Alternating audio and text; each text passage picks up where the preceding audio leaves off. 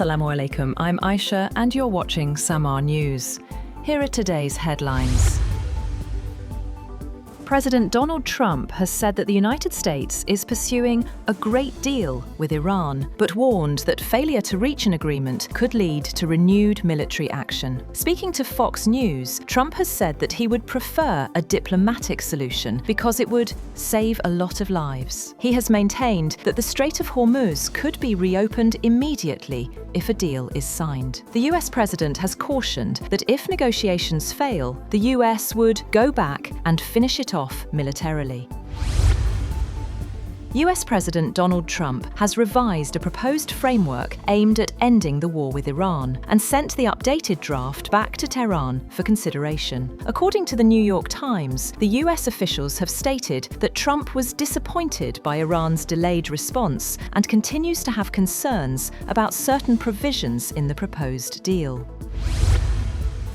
Deputy Prime Minister and Foreign Minister Ishaq has firmly rejected speculation that Pakistan may join the Abraham Accords, reiterating that Islamabad's position on Palestine and Israel remains unchanged until an independent Palestinian state is established. Speaking during a media briefing at Pakistan's embassy in Washington, Dar said there could be no flexibility in Pakistan's long-standing policy on the Palestinian issue. Dar said there were a lot of rumours going on related to the Abraham Accords, making it clear that Pakistan's stance is very clear and consistent on the issue.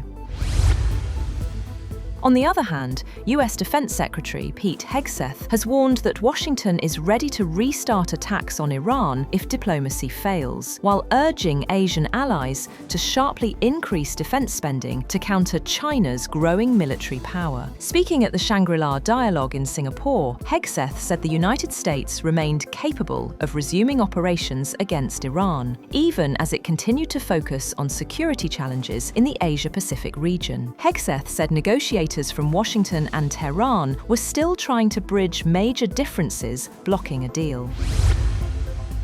US Central Command says American forces have disabled another commercial vessel accused of violating the naval blockade on Iranian ports. According to CENTCOM, the merchant ship Lian Star ignored multiple warnings while heading toward Iran, prompting a US aircraft to strike its engine room with a Hellfire missile. The US says it has now disabled 5 vessels and redirected more than 100 others as the ceasefire with Iran remains in place.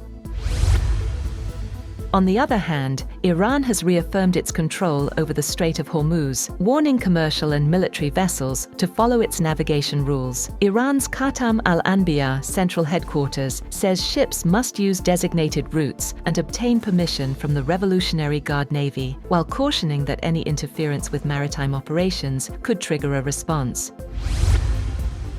Qatar has rejected the idea of permanent transit fees for ships using the Strait of Hormuz, warning such costs would ultimately be passed on to consumers worldwide. However, Qatari officials say temporary charges linked to activities such as mine clearing could be negotiable as regional discussions over the strategic waterway continue.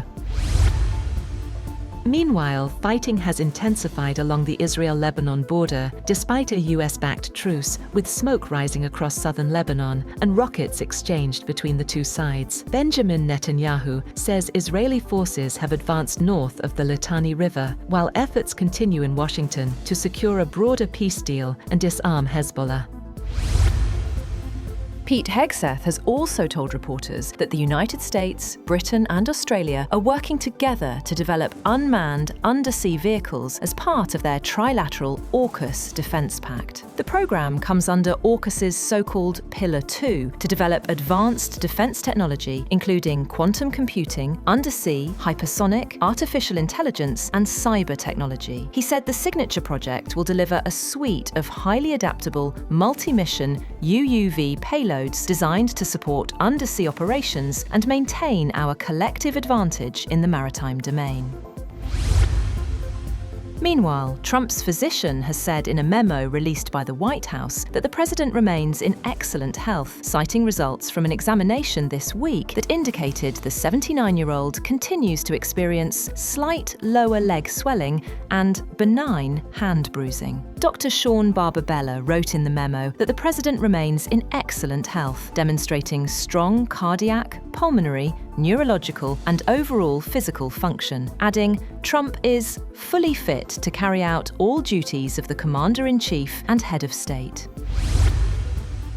Tedros Adhanom Ghebreyesus has called for greater international support to combat the spread of Ebola virus disease during a visit to the hardest-hit region of Democratic Republic of the Congo. Speaking in Bunia, capital of Ituri province, the World Health Organization chief has said that the international community was assisting the Congolese government, stressing that more support was needed to contain the deadly outbreak. That's all for now. For more updates, visit www.samaa.tv.